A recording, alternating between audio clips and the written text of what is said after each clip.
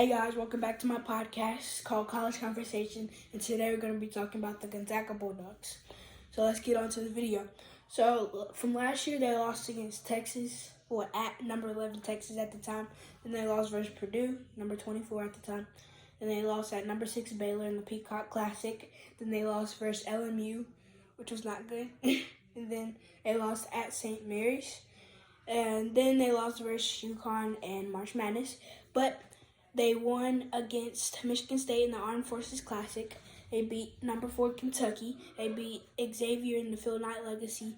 And then they beat number 4 Alabama in the CM Newton Classic. They won the West Coast Big 12 tourney and beat St. Mary's, which is pretty good, twice.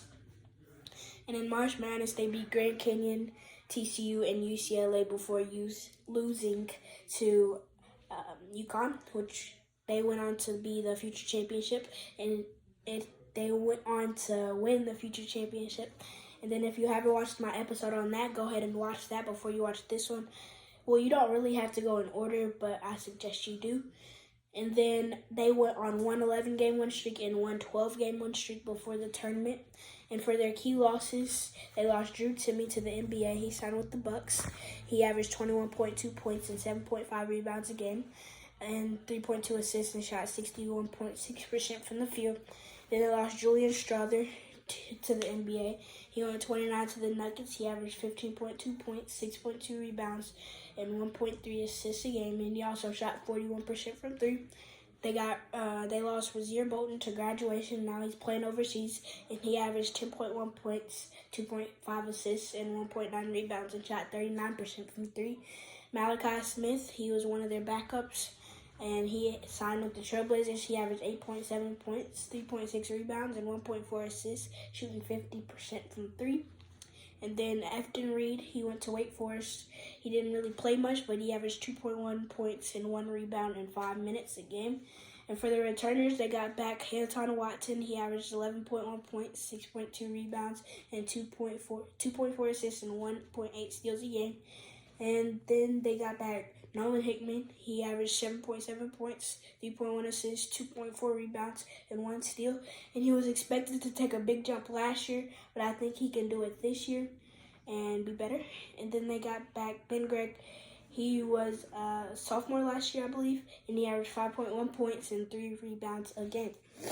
For the incomers, they got back Ryan Nembhard from Creighton. He averaged 12.1 points, 4.8 assists, and 4 rebounds a game. He's also a great shooter.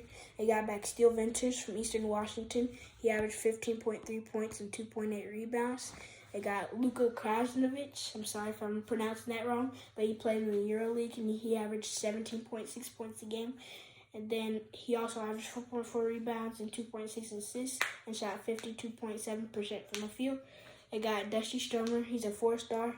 He's a 6'6" small forward.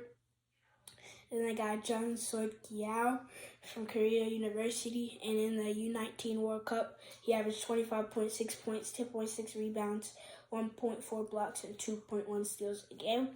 And then for their last incomer, they got Graham Ike from Wyoming.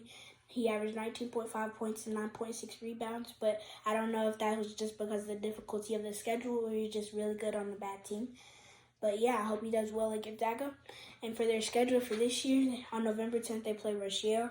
In the Jim Maui Invitational, they play on November 20th versus Purdue, November 21st versus Tennessee or Syracuse.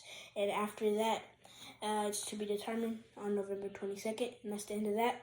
And the Legends of Basketball Invitational in Las Vegas, they play USC on December 2nd, and that's the only game of that invitational.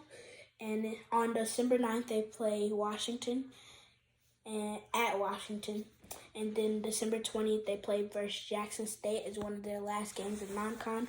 And mid-season, they play on February 10th at Kentucky, which that would be a good game that I would definitely be tuning into.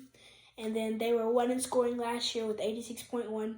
They were 275 in opponent scoring, so their defense wasn't that good, but their offense and their point differential made up for it. And then they were 63 in rebounds, 40.1, basically thanks to Drew Timme. and then they were 16 in assists with 16.2 a game. So next, thank you guys for watching. Like and subscribe for more, and the next episode is